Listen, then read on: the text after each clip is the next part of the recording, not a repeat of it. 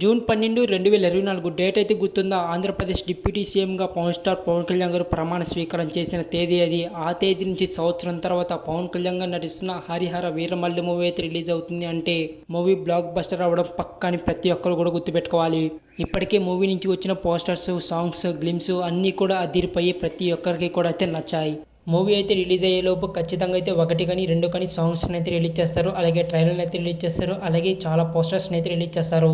ఇవన్నీ చూసిన తర్వాత పవర్ స్టార్ పవన్ కళ్యాణ్ గారి ఫ్యాన్స్కే కాదనమాట, అదర్ హీరోస్ యొక్క ఫ్యాన్స్ కూడా అయితే ఖచ్చితంగా అయితే నచ్చేస్తాయి. సాంగ్స్ కానీ, ట్రైలర్ కానీ, పోస్టర్స్ కానీ. పవన్ కళ్యాణ్ గారు చివరిగా జూలై 28, 2023 బ్రో మూవీతో అయితే వచ్చారు. ఆ తర్వాత ఇప్పుడైతే వస్తున్నారు హరిహర వీరమల్లి మూవీతో. ఇప్పటికే ఈ మూవీ అయితే చాలాసార్లు అయితే పోస్ట్ పోన్ అయితే అయింది. కానీ ఈసారి మాత్రం ఖచ్చితంగా అయితే వస్తున్నాడు జూన్ 12వ తేదీన. జూన్ 12వ తేదీన ఆంధ్రప్రదేశ్ అలాగే తెలంగాణ రాష్ట్రాల యొక్క డేటర్స్ అయితే తగలపడిపోవడం పక్కా.